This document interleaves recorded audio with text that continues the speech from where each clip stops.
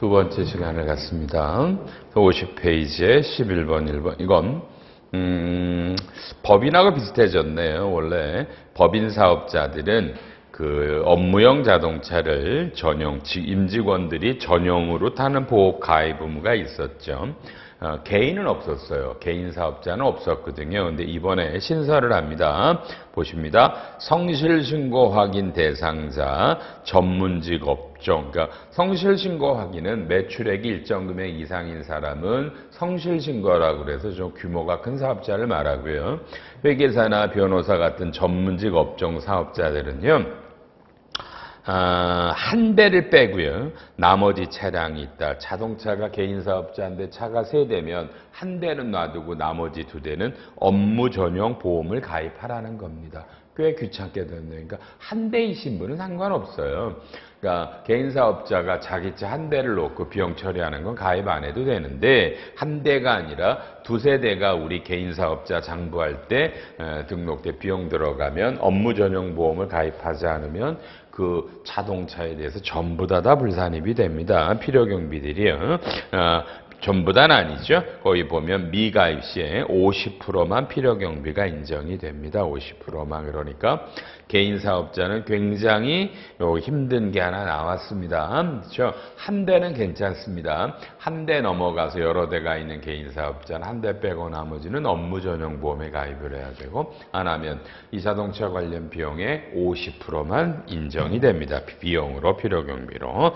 자, 오른쪽에 12번에 기부문화, 기부금 공제 바뀐 거 다 아실 거예요. 이건 너무너무 중요했던 거죠, 여러분요. 그러니까 이건 실제로는요, 2019년에, 그러니까 법을, 그죠? 법이나 이제 시행령이 이제 바뀌면서 소급 적용된 거예요. 그러니까 요 기부금의 공제는 시행령이에요. 시행령인데도 불구하고 요거는 소급 적용을 해서 2019년에 연말정산분부터 바로 들어옵니다. 그러니까 2019년에 나간 기부금이 있고 그 이전에 나간 기부금에 2월된 기부금이 있어요. 그렇죠?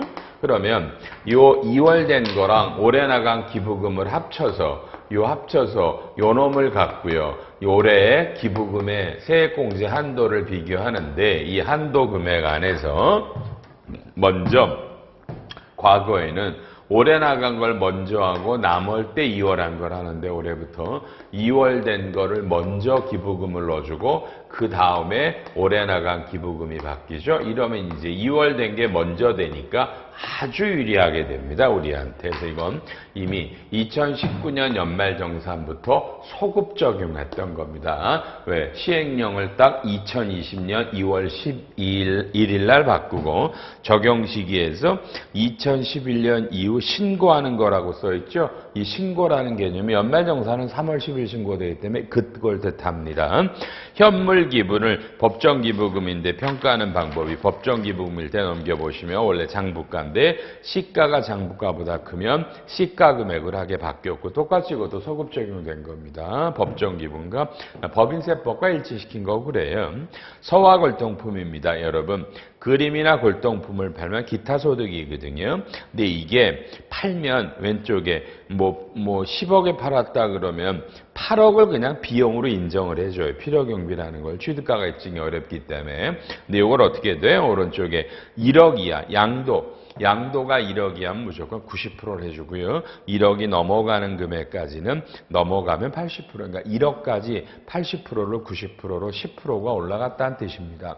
조금 도움이 되겠죠. 10%, 뭐 1,000만 원 정도가 됐고요. 그 다음에 15번에 종합소득 기본공제 대상이 되는 여러분 부양가족공제가 합리화되는 거 제가 읽을게요.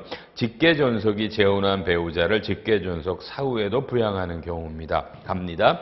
제 아버지가 있는데 어머니가 돌아가셔서 재혼하셨어요.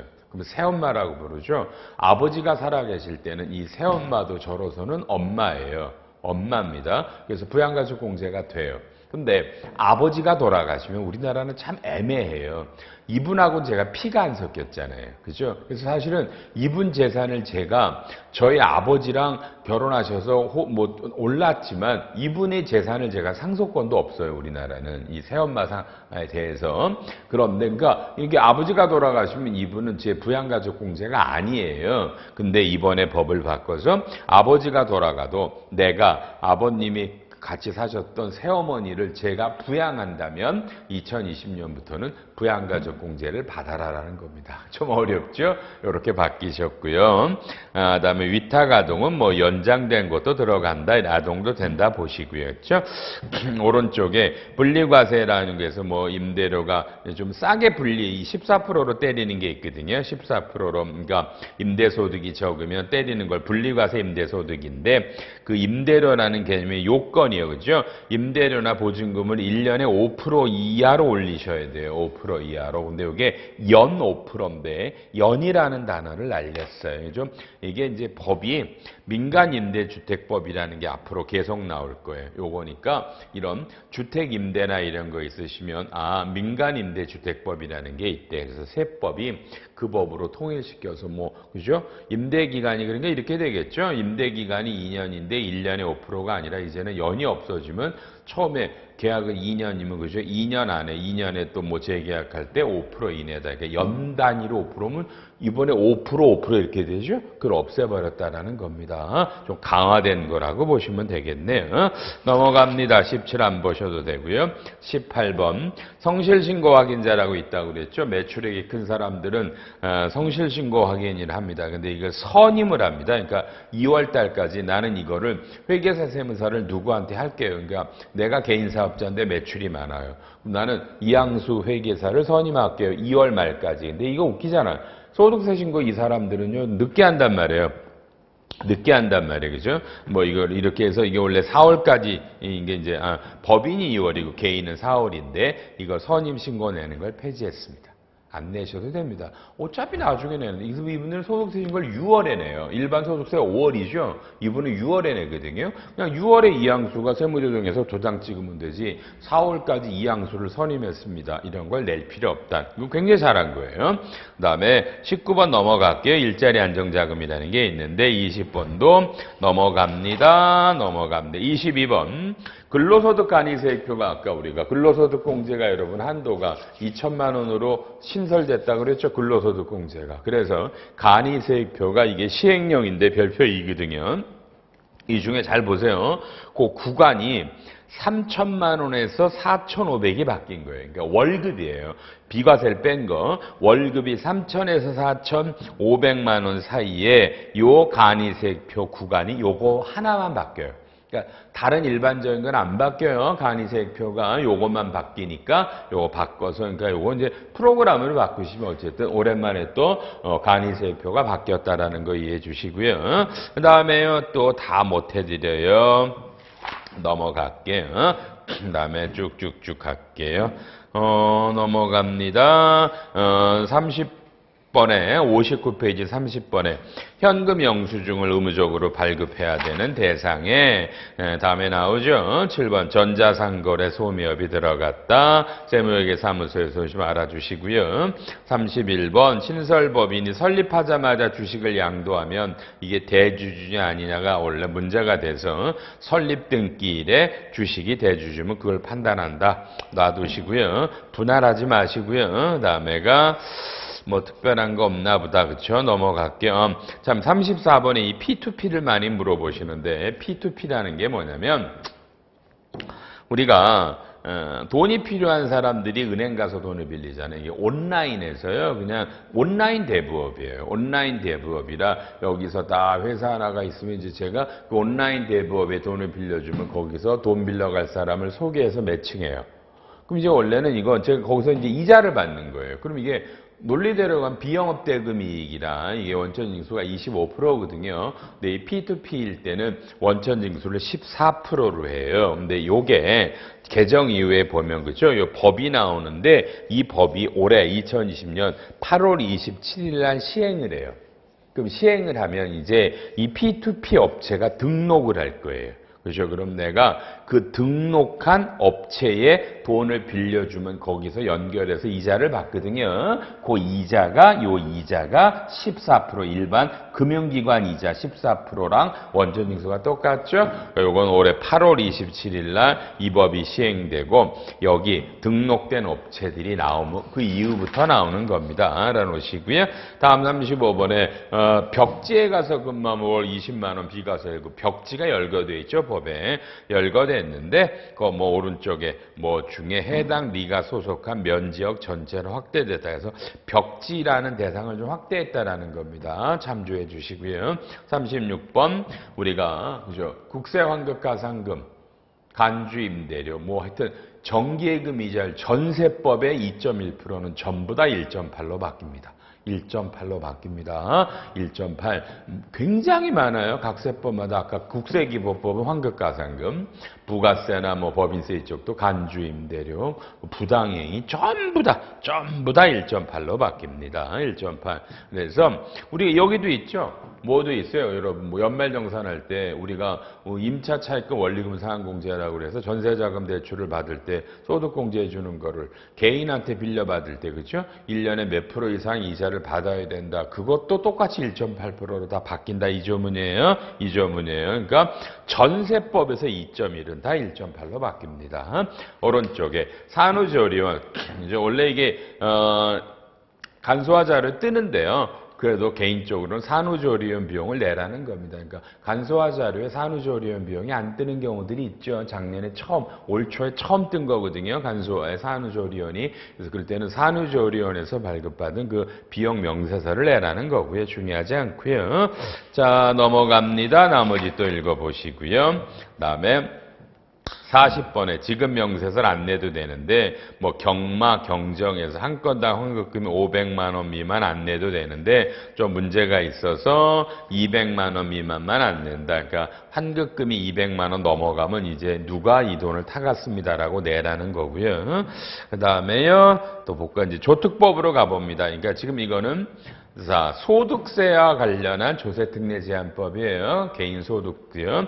1번 벤처기업의 스탁옵션입니다. 스탁옵션이요. 1년에 2천만 원, 그러니까 행사이익이 2천만 원까지는 비과세되거든요. 근데 요거를 일단 3천만 원으로 1천만 원 올렸어요. 스탁옵션 아시잖아요. 주식을 싸게 샀다는 거잖아요. 싸게 산 금액이 3천까지는 비과세가 돼요. 근데 거기 대상이 원래는 벤처기업 중에 비상장인데 코넥스 상장 벤처기업을 추가했어요. 그래서 코넥스 상장 중 벤처기업의 스탁옵션 행사하시면 3천만 원까지 비과세가 된다더라. 원래 비상장이고 2천인데 3천 됐고요. 새로 나온 감면이 하나 나옵니다. 내국인 우수인력 국내 복귀 시 소득세 감면이 신설돼요. 그러니까 아주 훌륭한 사람이 아이고 이 참 저 개인적으로 그러네 그렇죠? 훌륭하다라는 저희가 뭔지 모르니까 여기서 그냥 우수 인력이라 그랬죠. 공부를 많이 한 사람, 가방끈이 긴 사람들, 뭐 박사학위 소지자 이런 거예요. 이런 분들이 해외 근무하다가 우리나라에 들어왔다. 그러면 월급 많이 받겠죠? 이분들에게 감면합니다. 개인적으로는 찬성합니다. 우리나라 분들인데 해외 가서 계신 분들 우리나라 위해서 노력해달라는 거죠. 이건 중요한 감면일 수 있는데 요건을 잘 보셔야 돼요. 이공계 박사학위를 소지한 내국인이고요. 그 다음에 해외 연구기관에서 최소 5년 이상 근무하니까 요건은 굉장히 까다롭습니다. 그죠? 문과는 안 됩니다. 이과 쪽에서 박사가 5년 이상 근무한 분이 돌아오셨을 때 또 돌아와서도 우리나라에 무슨 연구소 같은 데 들어와야 돼요. 이런 데 오실 때 5년간 세금의 50% 감면해 줍니다. 굉장히 큰 감면 제도가 하나 나왔습니다. 그러니까 이건 죄송하죠? 적용 시기를 보면 뭐예요? 작년에 이미 들어오신 분 안 되고요. 2020년 1월 1일 이후에 이런 분들이 우리나라 기업에 취업할 때부터 적용입니다. 옛날에 들어오신 분은 안 되시고요. 3번 청년 내일체험공제, 내일체험공제가 연결입니다. 여러분 이거 나중에 저한테 수업 한번 들으시고요. 이게 뭐냐면 내일체험공제라는 건 또 잘 아시지만 기본이 5년이에요. 5년이거든요. 그래서 우수인력을 확보하고자 5년간 붙잡아 놓는 제도인데 5년이 되면 정기예금을 가입한 걸 근로자가 가져가거든요. 회사가 준 돈을요. 근데 그 앞에 청년자가 붙는 청년 내일채용공제는 이건 만기가 2, 3년이에요. 두 종류가 있어요. 2, 3년. 그러니까 이거는 청년이라는 사람들만 해당이 되는 거예요. 청년. 약간 다르죠. 근데 이건 원래가 소현행 법에는 뭐가 있냐면 내일채용공제는 5년을 근무해야만 소득세를 오른쪽에 보면 그죠? 중소기업은 50%, 중견기업은 30%를 감면해줘요. 그러니까 5년인데 청년 내일채용공제는 2, 3년 있으면 만기예요. 그러니까 이분들이 2, 3년 동안 열심히 근무해서 만기의 돈을 받았죠. 그럼 이걸 다시 5년짜리 내일채용공제에다가 다시 엎어버리면 남은 기간 2, 3년만 더 근무하면 이것도 감면해 주겠다. 법이 바뀌어서 연결이 되는 거예요. 2, 3년간 청년 내일채용공제로 근무해서 받으면 이 돈을 5년짜리 내일공제로 다시 연계해서 들어오면 나머지 2, 3년만 더하면 50%, 30% 감면해 줄게. 좋은 제도예요. 세금의 50%, 30% 꽤 큰 돈입니다, 이거. 이렇게 연결해서 감면받게 얘기해 주시고요. 그 다음에 4번에 갑니다. 경력 단절 여성, 이거 제가 정말로 중요하다고 했던 겁니다. 여러분 잘 보시면 쉽게 간단하죠. 우리 여성분들이 그죠? 애를 낳았어요. 그래서 이제 회사를 그만뒀어요. 근데 애가 어느 정도 컸어요. 다시 사회 나오죠. 이게 경력 단절 여성이에요. 근데 문제는 소득세를 감면해 주는데 여러분 웃기지 않아요? 뭐예요? 내가 그만둔 그 회사에 들어갈 때만 감면이 돼. 어떻게 그 회사를 가요? 한 5년, 10년 있다 들어가는데, 그죠? 그래서 이번에 바뀐 건 내가 그만둔 그 회사가 아니라 오른쪽에 보세요. 퇴직 후 3년, 15년 이내에 동정업계에 재취업을 하면 된다. 동정업계라는 건 표준산업분류의 중분류예요. 그러니까 업종이 같은 중분류에 해당하는 데다 여러분 여기서 재취업이라는 말을 쓰시면 안 돼요. 그러니까 과거에는 내가 그만둔 회사 그 기업에 들어가니까 재취업이지만 이번에 법이 바뀐 건 내가 그만둔 회사가 아니라 그 업종이 중분류로 똑같은 업종에 다른 회사로 가면 되니까 이건 법이 취업이에요. 여기 재취업이라고 써 있는 거는 미스프린트예요. 그래서 조심하셔서 이제 사회 나온 여성들이 너무나 이 조항이 법이 바뀌어서 감면을 받으실 수 있어요. 근데 여기 잘 보면 적용 시기에 2020년 1월 1일 이후 발생하는 소득분 조정다. 이건 에라입니다. 에라. 우리 미스프린트. 이거 누구 잘못인지 모르겠고 이건 절대로 아니에요. 이렇게 마버리면 그죠? 옛날에 2019년에 18년에 이미 이렇게 동정업종 중분류 동정업종에 취업한 사람이 과거 법으로는 안 됐는데 올해부터 된다라면서 안 돼요 이거. 이 법은 2020년 1월 1일 이후에 취업한 여성. 그러니까 2020년 이 법이 바뀌고 나서 옛날에 그만둔 회사랑 업종이 동일한 중분류 업종에 들어간 그 여성분부터 되지 2019년까지 이런 동정업종에 들어간 분은 안 돼요. 왜 이런 애가 나오는지 모르겠어요. 그리고요, 옛날엔 또 보세요. 약간 어려우니까 이게 경력 단중이 되려면 왼쪽 위에 보면 임시 출산 육아야. 근데 여기에 오른쪽 굵은 글씨로 오른쪽에 결혼과 자녀죠. 그러니까 결혼하자마자 그만뒀어요. 임신하기도 전에 그래도 되고요. 그 다음에 육아, 자녀 교육 나왔죠. 애가 이제 초등학교 갔어요. 초등학교 가니까 회사 그만뒀어요. 옛날에는 안 됐어요. 그죠? 이게 임신, 출산, 육아가 아니잖아요. 육아라는 건 갓난아기를 말하잖아요. 그래서 이번에 결혼과 자녀 교육으로 회사를 그만뒀다가 그만둘 때부터 15년 안에 다시 동정업계 중분류로 들어오면 된다. 이건 굉장히 의미가 있는 겁니다. 조심해서 해주세요. 이거 에라난 거 이해해 주시고요. 그 다음에 5번에 50세 이상 연금 계좌입니다. 이거는 아까 지난 시간에 썼지만 이쪽 박스 나와 있죠. 자, 우리가 개인연금이나 이거는 원래 400만 원까지라고 그랬고 IRP까지 합쳐서 700이라고 그랬죠. 근데 여기에 50세 넘으신 분은 200을 엎어서 개인연금을 600까지 세액공제, IRP까지 엎으면 900, 200을 더 높였어요. 50세 이상. 그죠? 여러분, 저 같은 경우 해당이 되겠네요. 그래서 50세 이상인 분들은 이런 연금계좌 세액공제를 금액을 200만 원을 한도를 늘렸기 때문에 15, 12%만큼 돈을 더 넣으시면 혜택을 되는데 무조건 50이 넘어간다고 되는 건 아니고 다음 페이지에 뭐예요? 종합소득이 1억 원, 총급여액이 1억 2천 이 분은 안 되고요. 이자 배당이 2천만 원 넘어가는 분은 안 돼요. 조심해요. 그냥 50세 아니에요. 요 분들은 안 됩니다. 그 다음에 근로장려금 안 봅니다. 근로장려금은 넘어갑니다. 어디까지 갈까요? 빨리 가야 되는데. 근로장려 세제가 많죠. 자, 74페이지로 갔어요. 여러분 10번. 신용카드 공제는 이제부터 여러분 오른쪽에 나오는데 2022년까지 연장, 그러니까 2020년도, 21년도 신용카드 공제 적용됩니다. 2022년까지. 공식은 똑같은데요. 재밌죠? 왼쪽에 신문 구독료가 신용카드 공제 30%가 됩니다. 신용카드. 칠판 잠깐 보시고요.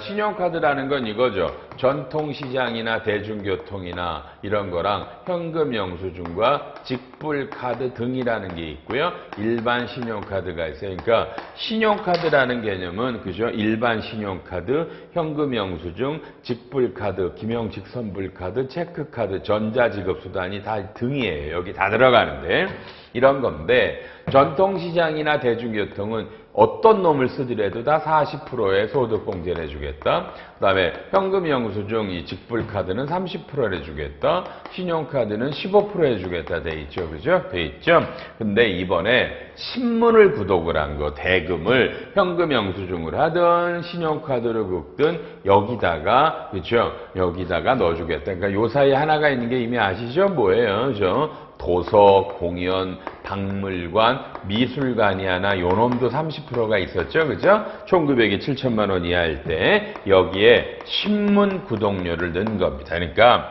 신문 구독료를 신용카드를 긁으시면 15%가 아니라 30%를 받을 수 있다. 그래서 올해는 요 신문 구독료가 신용카드 공제가 되는데 재밌네요. 여러분 요거는요. 오른쪽에 적용 시기를 보면 2021년부터 납득이 잘 안 가요. 저는 이게 어떤 의미인지. 더구나 이거를 뭐 신문 구독료가 신용카드 공제가 얼마나 혜택이 되는지 잘 모르겠는데 어쨌든 법이 바뀌었고요. 다만 올해가 아니라 내년부터 공제가 됩니다. 다만 긴급으로 말씀을 드립니다. 이 코로나 사건 때문에 모르겠어요. 우리나라가 이제 1년 지나서 올해 경제 성장률이 정말 기도합니다. 마이너스까지는 내려가지 않기로요. 어마어마한 타격이 입어서 이건 뭐 제 60평생 겪어본 적이 없는 일이 터진 거라 어찌할 바가 모르겠는데 여러분 지금 임시국회가 열릴 거고요. 지금 통과될 예정은 칠판 잘 보세요. 지금 이런 것들이 있죠. 이런 것들 공제율을 전부 다 뭐예요? 2배로 올리겠다고 그러네요. 매달 2020년 3월부터 6월까지 신용카드 사용분에 대해서는 이런 공제율을 전부 다 2배로 올리겠다라는 안이 이 책에는 없어요. 임시국회에 올라간다 그럽니다. 그래서 한번 나중에 임시국회 열려서 통과되나 확인하시기 바랍니다. 그러니까 연도 중에도 세법이 바뀐다라는 겁니다. 팔로우 하시기 바랍니다. 아이파이 물론 제가 띄워드릴 거지만 이 안이 지금 긴급하게 올라가 있다라는 말도 이해하시기 바랍니다. 넘어갑니다. 그 다음에가 12번 보십니다. 엔젤 투자 소득 공제 시기 합리화입니다. 저는 이게 아주 중요한 건데 여러분이 벤처기업에 투자를 한다는 얘기예요. 그러면 원래는 투자한 올해나 내년이나 후년 중에 선택을 하는 건데요. 법이 바뀌었어요. 원래는 벤처기업에 투자라면 투자한 연도에 받는 게 원칙이고요. 연도가 원칙이고요. 그 다음에 본인이 원하면 올해 안 받고 내년에 후년에 받을게요를 선택할 수 있다. 방법이 바뀌었다라는 거고요. 그 다음에 벤처기업은요. 이거를 과세특례라는 개념이 있어요. 이건 뭐냐면 아주 간단해요. 그렇죠? 이건 뭐예요? 벤처 스탁옵션의 이익을 보면 이게 근로소득인데 벤처기업은 이거를 양도소득으로 할 수가 있어요. 5억까지는요. 훨씬 유리한 제도거든요. 그걸 2021년까지 이런 걸로 연도가 좀 제한이 된 거고 내용이 바뀐 건 없고요. 산업재산권 출자도요. 이것도 양도할 때까지 과세연해 주는 게 연도가 못이 바뀌었다라고만 이해를 하세요. 그렇죠? 다음에 16번. 작년에 연말정산 교육을 할 때 우리 청약저축 있잖아요. 청약저축에 그죠? 240만 원 한도로 40% 96만 원 소득공제해 주는 제도가 만기 끝났었잖아요. 그렇죠? 요거 3년간 연장됩니다. 그래서 2020년에도 무주택자가 무주택 세대주가 청약저축 가입하시면 최대 96만 원까지 소득공제 받으실 수 있는 제도가 연장이 된 겁니다. 연장되셨고요. 다음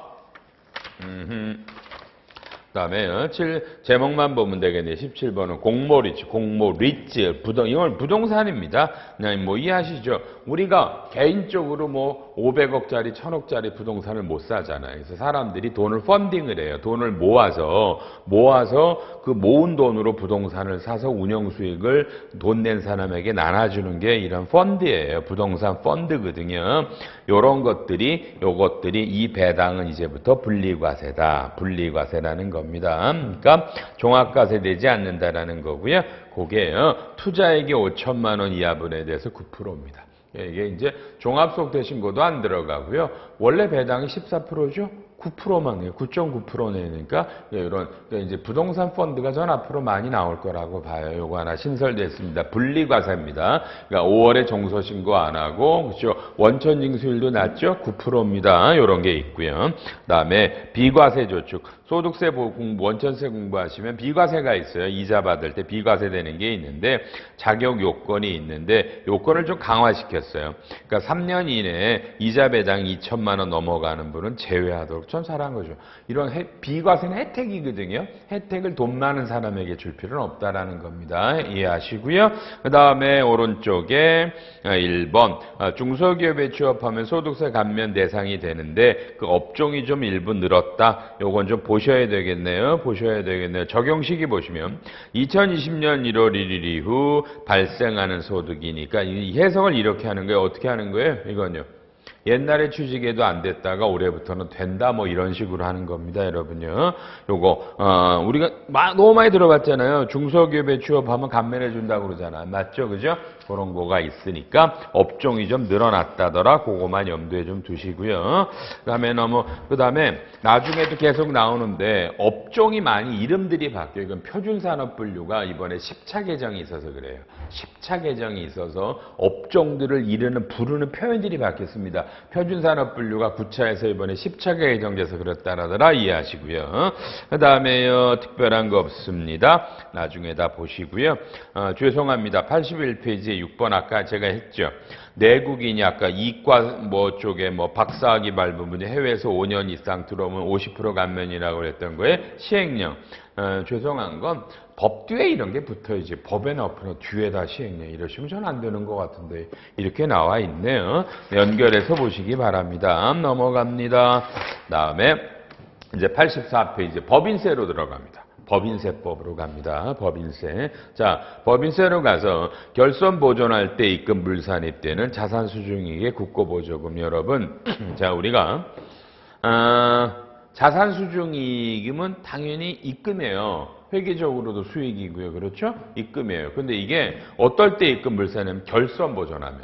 그러니까 이게 결손금이 있어요. 결손금이 있어요. 그죠? 그럼 이거를 내가 까겠다. 결손금과 상기하겠다. 뭐 이렇게 돼버리면은, 그죠? 그러면 입금 불산입해요. 헷갈리시겠네요. 자, 볼게요. 일로 오세요. 올해가 2020년이에요. 2020년이에요. 근데 이 회사가 여러분 2008년에 결손금이 10억이 있어요. 근데 이게 아직까지 넘어와요. 여러분 아시죠? 결손금은 10년까지만 공제가 돼요. 그래서 이거는 2008년에 결손금 나온 게 2020년까지 아직도 공제가 안 되고 넘어오면 요거는 올해 공제가 안 돼요. 공제가 안 돼요. 근데 이 회사가 올해 자산 수중이익이, 그죠? 수중이익이 8억이 나왔어요. 회계학은 영업의 수익이에요. 뭐 사장님이 줬나 봐요. 8억이에요. 그죠? 그러면은요, 이거 그냥 당연히 입금인데, 내가 뭐라는 거야? 요 2월 결손금 중에 8억을 보존합니다. 그럼 뭐야? 결손금이 이제 2억이에요. 이거 웃기죠? 공제는 안 되는데 내가 이거는 2월 결손금하고 상계할게요. 그럼 이제 요것만큼은 줄어요. 이제부터 결손금이 2억밖에 없어요? 그럼 요 돈을 세무조정으로 입금 불산입을 할 수 있다는 얘기예요. 그래서 이건 제가 강의할 때 뭐라고 그러냐면 죽은 자식 살아 돌아왔다라고 강의하죠. 결손금이 10년 전 건 안 되는데 이렇게 돼버리면 이게 입금 불산입이 돼버리면 결손금이 공제되는 거랑 똑같아요. 제가 이걸 죽은 자식 살아왔다고 그러잖아. 그렇죠? 근데 이렇게 입금 불산입 하는데 그 입금 불산입 할 수 있는데 뭐는 국가로부터 받은 보조금, 국고보조금은 이거랑 할 수 없다. 좀 어려운 얘기예요. 알아놓으셔서 이런 게 있다 잡으시고요. 이번에 수입 배당금은요, 그죠? 여러분이 남의 회사 주식을 갖고 있으면 거기서 배당금을 받으면 입금불산입을 하죠. 그러니까 여러분이 남의 회사 주식을 몇 프로를 갖고 있느냐에 따라 이 회사 배당금의 몇 프로가 입금불산입되는데 왼쪽 보세요. 상장법인은 30% 초과, 30% 이하로 나누죠. 비상장은 50% 초과 이하로 나누는데 이거를 초과를 이상, 이하를 미만으로 바꿔서 그러면 작년까지는 30%면 요게 뭐예요? 좀 낮은 입금불산임이 되는데 올해부터는 높은 입금불산임이 되죠. 맞죠? 여러분에게 도움을 주려고 입금불산입비율을 올린 겁니다. 초과를 이상으로 미만을 이하로 바꿨습니다. 미만으로 바꿨습니다. 우리한테 도움이 되는 거가 되겠네요. 그래서 이거는요, 올해부터 배당 받을 때부터 2020년부터고요. 한번 기부금 2월 공제는 아까 소득세랑 똑같이 법인도 똑같이 되고요. 거기 적용시기 보세요. 2020년 1월 1일 이후 과세표준을 신고하는 부분부터라고 돼 있었죠. 그죠? 그리고 이것도 법인세도 2019년부터 기부금 공제도 이렇게 갑니다. 기부금이요. 그러니까 차이가 나는 건 뭐냐면 소득세법은 이건 시행령에 있고요. 이렇게 공제 순서가 법인세법은 원법에 있어요. 법에 있어요. 법에 있기 때문에 아까 소득세 시행령은 2020년 2월 11일 신고분, 얘는 1월 1일 이후 신고분이라 되죠. 그죠? 그런 차이가 있고요. 너무너무 중요하죠, 여러분. 4번에 대단하죠? 접대비 한도가 상향이 됩니다, 여러분요. 접대비 한도가 상향이 됩니다. 저는 기가 막히다고 봐요. 일반 기업 1,200은 똑같고 여러분, 중소기업이 여러분 2,400이 얼마로 바뀌어요? 3천만 원으로. 3,600 미안해요. 1,200이 늘었어요. 그러니까 중소기업의 접대비 한도가 1,200이 는 건 대단한 거라고 봐집니다. 일단 중소기업은 기본 접대비 한도가 1,200이 늘었고요.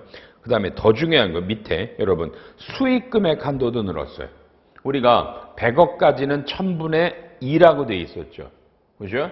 1000분의 3이니까 여기서 1000만 원이 느는 거예요. 에? 수익금액의 한도를 때리잖아요. 그 다음에 100억에서 500억까지가 1000분의 1에서 10해서 이게 0.1%가요. 그죠? 1000분의 20으로 해서 0.2%. 그러니까 여기서 매출액이요. 500억이 넘어가면 400억, 100억에서 500억까지 400억 포션에서 0.1%가 늘어나는 게 이게 4천이 늘어요. 그러니까 여러분 매출액이 500억 넘어가면 100억 구간에서 1000 늘고 여기서 4천이 늘어서 5천이 기본적으로 늘어요. 대단하지 않으세요, 이거? 그러니까 중소기업은 기본 한도가 1200이 늘고 일반 기업들도 매출액이 500억 넘어가는 분은 접대비 한도가 여러분 세상에 얼마요? 세상에 5천이 늘어요. 그러니까 한 장 넘기시면 500억 초과될 때 왼쪽에는 종전에는 100억, 500억 구간까지 6천에다가 0.03%인데 매출액에 요거는 1억 1000이죠. 그러니까 500억 넘어가는 거에 0.03%는 만분의 3은 똑같아요.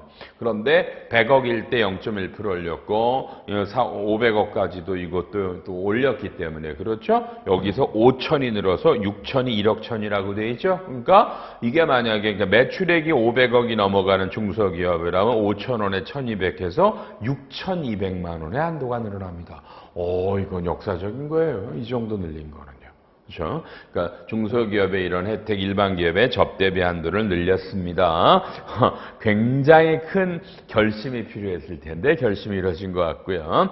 그다음에 업무용 승용차 있죠. 자동차 중에 업무에 쓰지 않으면 관련된 비용을 송금불산입하는 조문이 뭘로 들어와요? 예외되는 조문에서 연구개발을 목적으로 하는 그죠? 자율주행 자동차. 이제 곧 있으면 차가 지 맘대로 가겠죠. 그런 놈 연구를 하기 위한 것도 요거는 업무용 승용차 송금불산입에서 제외가 됩니다. 6번 정규증명 미수치 가산세 대상 금액이 명확합니다. 칠판 잠깐 보시죠. 우리가 너무 잘 아는 건 우리가 외부의 사업자로부터 그렇죠? 재화나 용역을 공급을 받고 이분들에게 돈을 줄 때 법적 증명 서류, 그렇죠? 원래는 지출증명서류라고 부릅니다. 지출증명서류를 안 받으면 2%의 가산세가 나오는 거잖아요. 그런데 이번에 분명히 한 건 이 재화 용역에 해당하는 게, 그죠? 우리가 이게 손금으로 인정이 되는 경우에만 안 받았을 때 2%고요. 이 재화 용역을 공급받았던 것들이 아예 손금으로 인정되지 않으면 이 자체가 큰 불이익이기 때문에 가산세는 안 때린다라는 거를 원래 그랬는데 명문으로 명확하게 한 겁니다. 그래서 이 2% 지출증명서류 가산세는 이것들을 안 받았을 때 이 원금액이 손금으로 인정이 될 때만 2%가 물산입되죠. 그렇죠? 2%가 물산입되는 겁니다. 2%가 물산입되는 거다라는 것들이 있고요. 그렇죠? 그리고 이제 또 문제 하나는 이거예요. 그러면 좋아요. 손금으로 인정되는데 보세요. 금액이 1,000만 원이고요. 부가세가 100인데 이것들이 뭐 지출증명서류가 안 받았어요. 그렇죠? 그럼 이제 회사는 1,100이란 말이에요. 그러면 과세관청은 당연히 1,100의 2%를 때리는데 이 논리가 이건 부가세에 해당하는 거다. 그래서 부가세니까 1,000만 원의 2%만 가산세다라는 주장이 실제로 그냥 알고 계세요. 대법원의 판례로는 요 부가세를 뺀 금액의 2%라고 되어 있는데 과세관청은 전부 다 전체 금액의 2%를 때리고 있습니다. 그냥 알아놓으시고요. 이런 게 어쨌든 손금으로 인정되는 금액의 2%라더라. 소득세도 마찬가지입니다. 되어 있고요. 그다음에 사업재편 계획을 이행 중인 법인은 결손금이 전액 다 공제된다라고 되어 있네요. 중요한 거 아니고 8번 너무너무 중요합니다. 여러분 10초만 읽어주실래요? 저 살짝 물 한 잔 먹어요. 8번 읽어주세요. 개정된 내용 읽어주세요.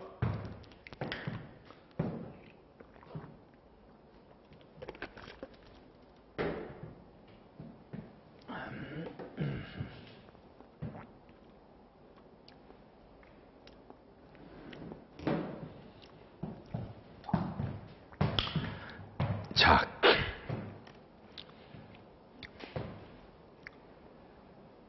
굉장히 중요한 놈이 나왔죠, 이번에. 자, 칠판 보세요. 여러분이 한국의 A라는 법인이고요. 베트남의 B라는 법인이 여러분이 출자했어요. 해외 현지 법인이에요. 출자한 법인이에요. 근데 한국인 여러분이 지금 베트남에 가서 일을 해요. 그러면 보통 여기서도 급여가 나가고 여기서도 급여가 나가요.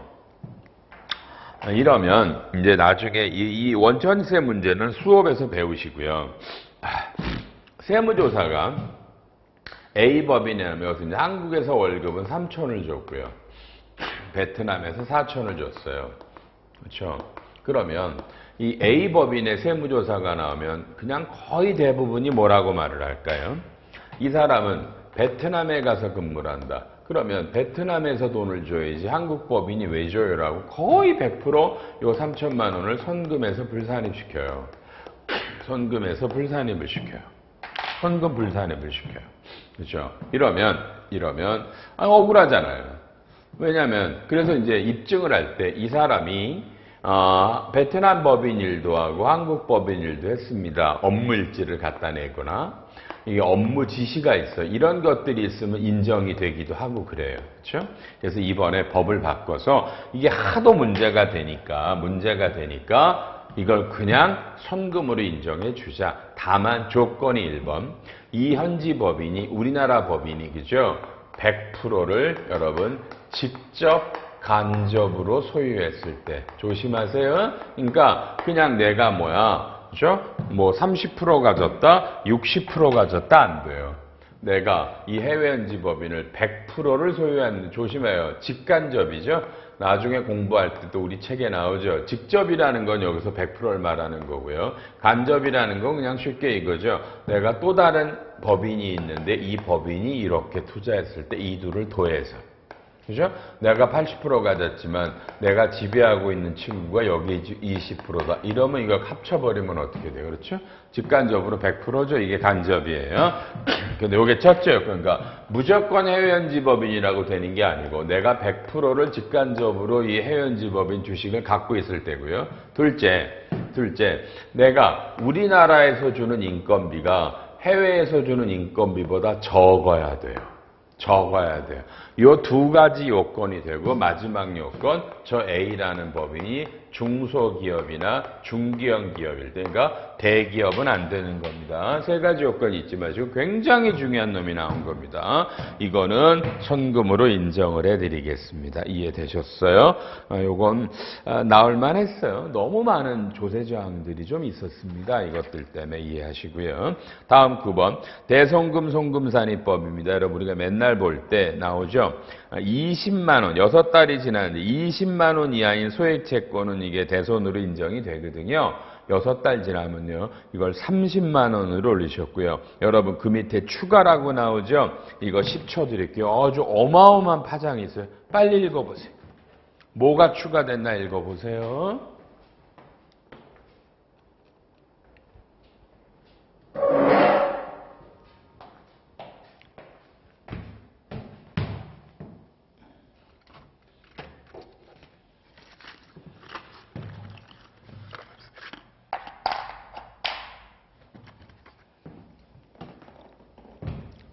자, 중소기업 외상매출금으로서 회수기일로부터 2년이 경과된 외상매출금과 미수금, 상사채권이고요. 다만 특수인과의 거래에서 발생한 외상매출금, 미수금은 제외한대요.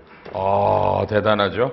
그러니까 여러분이 중소기업이라면 어떡하래요? 거래처에게 물건을 팔았어요. 상사채권, 외상매출금, 미수금인데 회수기일이에요. 발생일이 아니라 돈을 받기로 한 날부터 2년이 경과되면 이건 무조건 그에 떨 수 있다. 역사적인 게 나왔죠, 이건. 이러면 소멸시효보다 앞당겨지잖아요. 그렇죠? 이건 정말 상상할 수 없는 놈이 나왔어요. 다시요. 여러분이 중소기업이시면 여러분이 남한테 받을 돈이 있죠. 외상매출금, 미수금, 상사채권은 소멸시효 3년이 아니라 회수기일. 근데 보통 이 회수기일이 없으면 세금계산서일이에요. 세금계산서일이라고요. 이때부터 2년이 경과됐으면 이거는 뭐예요? 그렇죠? 별도로 뭘 입증할 필요 없이 대손이라는 거예요. 이야, 해석이 좀 여러 개 나오겠고요. 지금 법문구상으로 보면 이건 여러분, 그죠? 여러분 이건 당연히, 그 대신에 당연히 이건 결산조정이에요. 신고조정이 아니라 소멸시효가 신고조정이죠. 이건 장부에 잡았을 때 대손인데 이런 것들이 기가 막히네요. 역사적인 게 나온 것 같아요. 많은 또 좀 지리들이 있으실 수 있고요. 그렇죠? 진짜 회수하려는 노력을 입증 안 해도 돼요. 지금 법문구상으로 보면, 그렇죠? 그냥 어쨌든 2년이 지나고, 근데 또 국세청은 아마도 과세관청은 2년이라 떨어도 2년 안에 받으려라는 노력을 했다라고 주장하실 거예요. 그럼 어쩔 수 없을 건데 어쨌든 어느 정도 회사가 받으려는 노력을 안 할 리가 없는 거잖아요. 물건을 팔았는데 그거를 잘 챙겨 놓으시면 2년이 지나면 소멸시효 3년보다도 1년 먼저 떨 수 있다라는 이건 역사적인 개정세법인데 여러분 물건을 판 여러분이 중소기업일 때만 가능합니다. 10번 소액수선비입니다. 우리가 맨날 감가상각 할 때 하는데 여러분 300만 원의 미만, 300만 원 미만짜리 수선비는 뭐예요? 자산 잡지 말고 비용 떨라고 하고 있죠? 그죠? 자본적 지출이라도 300만 원 미만짜리는 그냥 현금 인정해 주는데 여러분 이게 600만 원으로 300이나 올랐습니다. 다만 600만 원 미만 수선비예요. 그러니까 600만 원이 안 넘는 수선비는 논리적으로 자본적 지출이라도 그냥 뭐다 여러분, 그죠? 그냥 떨 수 있다. 선금으로 인정해 주겠다라는 겁니다. 중요한 게 하나 바뀌었고 11번하고 또 쉴게요. 즉시상각 적용해서 금형이 제외됩니다. 이것도 역사적인 개정세법입니다. 그렇죠? 여러분 금형이라는 거는 물건을 만드는 틀이에요. 요게 10억도 되고 100억도 되는데 현행세법 이걸 그냥 내가 일시에 금형비 100억 비용 떨으면 선금해요. 자산 잡으셔도 되고 비용 선택적이에요. 근데 여러분 100억이 송금이다? 너무하죠. 역사적으로 사라졌어요. 그래서 앞으로 금형은 무조건 자산 잡고 감가상각. 물론 그게 그죠? 아까 왼쪽에 있는 뭐지 모르지만, 그죠? 그러니까 이거는 그냥 금형을 취득을 하시면 왼쪽은 수선비였으니까. 이게 금형이라면 새로 취득을 한 거면 무조건 자산 잡고 감가상각입니다. 물론 100만 원 이하짜리야 떨 수 있겠지만 금형이 100만 원은 넘겠죠. 정말 중요한 거죠. 여기까지 두 번째 시간 이제부터 법인세 쪽으로 들어왔습니다. 이게 끝나면 이제 뭐 양도소득세, 부가가치세, 상속증여세, 또 올해 지방세가 많이 바뀌었습니다. 오늘 이 5시간 안에 다 끝냅니다. 두 번째 시간 끝냅니다.